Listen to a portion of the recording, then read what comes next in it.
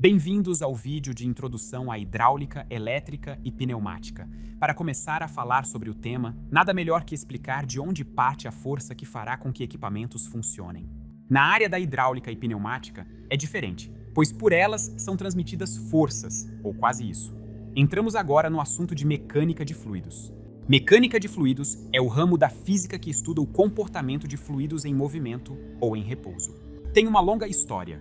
Arquimedes foi um dos primeiros a estudar a hidrostática e a dinâmica dos fluidos. Galileu Galilei, Evangelista Torricelli e Isaac Newton contribuíram significativamente para o assunto, desenvolvendo princípios como a conservação de massa e de energia, equações que descrevem o movimento de fluidos.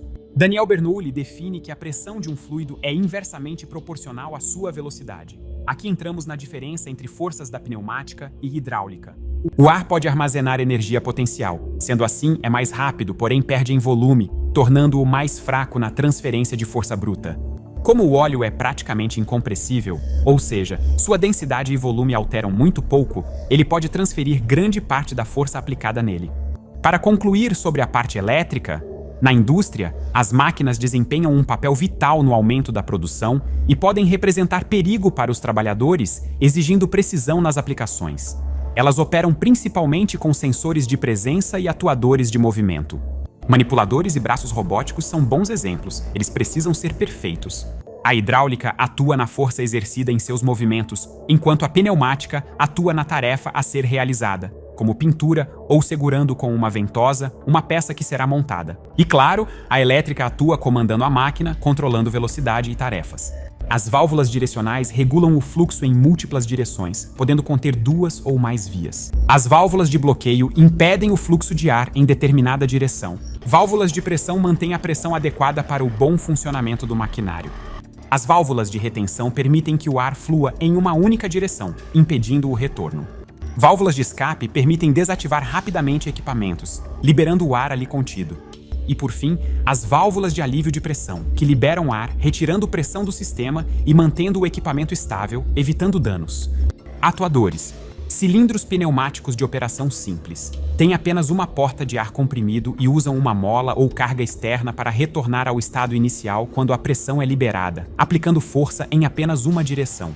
Cilindros pneumáticos de duplação, amplamente utilizados na automação industrial, têm duas portas de ar comprimido e fornecem força em ambas as direções, tanto na extensão quanto na retração.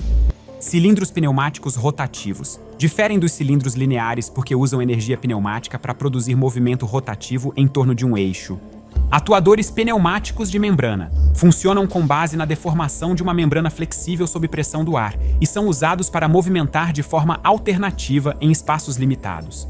Atuadores pneumáticos de pinhão e cremalheira são utilizados em movimentos lineares precisos, especialmente em sistemas onde o controle de posição é importante. Eles proporcionam um movimento suave e preciso para uma variedade de aplicações. Princípio de Pascal. Diz que a pressão aplicada a um fluido confinado é transmitida em todas as direções de forma uniforme. Isso é necessário para que os sistemas hidráulicos, como elevadores hidráulicos e sistemas de freio hidráulico para veículos, funcionem corretamente. Pressão hidrostática. A pressão que um fluido sente quando está em repouso devido à gravidade. Com a profundidade do fluido, aumenta a pressão. Leis de conservação de massa e energia. Essas leis são aplicadas a fluidos em movimento e explicam como um sistema hidráulico conserva massa e energia. As equações de Bernoulli relacionam pressão, velocidade e altura de um fluido em movimento para descrever a conservação de energia. E o grau de resistência que um fluido apresenta ao se mover é chamado de viscosidade. Fluxo laminar e turbulento. As camadas fluidas paralelas caracterizam o fluxo laminar, enquanto o fluxo turbulento é caótico. É fundamental para aumentar a eficiência e reduzir as perdas. Os componentes de transmissão são componentes cruciais que transferem energia, movimento ou sinais entre diferentes pontos em sistemas mecânicos, elétricos, eletrônicos ou de comunicação. Alguns exemplos comumente encontrados incluem: engrenagens são dispositivos que transferem torque e movimento entre eixos que são paralelos ou perpendiculares. Para transmitir torque, acoplamentos conectam os eixos de máquinas rotativas, cabos de transmissão, usados para transferir força em sistemas de elevação como guindastes. Correias e polias servem para transferir energia e movimento entre eixos distantes. Correntes e roldanas. Eles funcionam como correias e polias, mas usam correntes em vez de correias. Transmissões mecânicas são conjuntos de engrenagens e outros componentes que transferem potência para máquinas e veículos.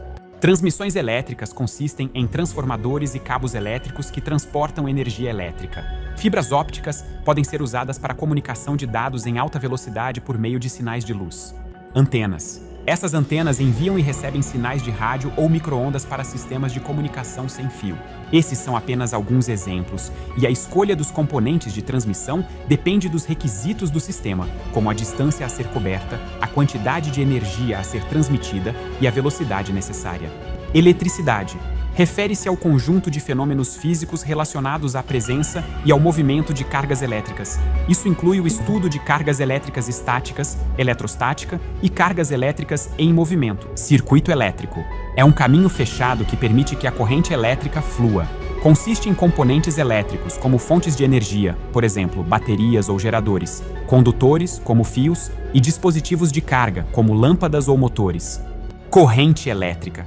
É o fluxo de cargas elétricas em um circuito.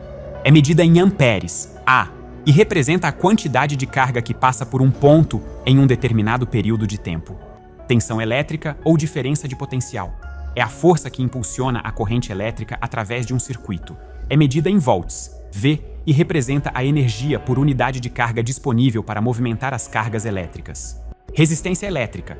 É a oposição ao fluxo de corrente em um circuito. É medida em ohms e depende das características dos materiais e do design do circuito. Potência elétrica. É a taxa na qual a energia elétrica é transferida em um circuito. É medida em watts e é o produto da corrente elétrica pela tensão elétrica. Lei de Ohm. Afirma que a corrente que passa por um condutor é diretamente proporcional à tensão aplicada e inversamente proporcional à resistência do condutor.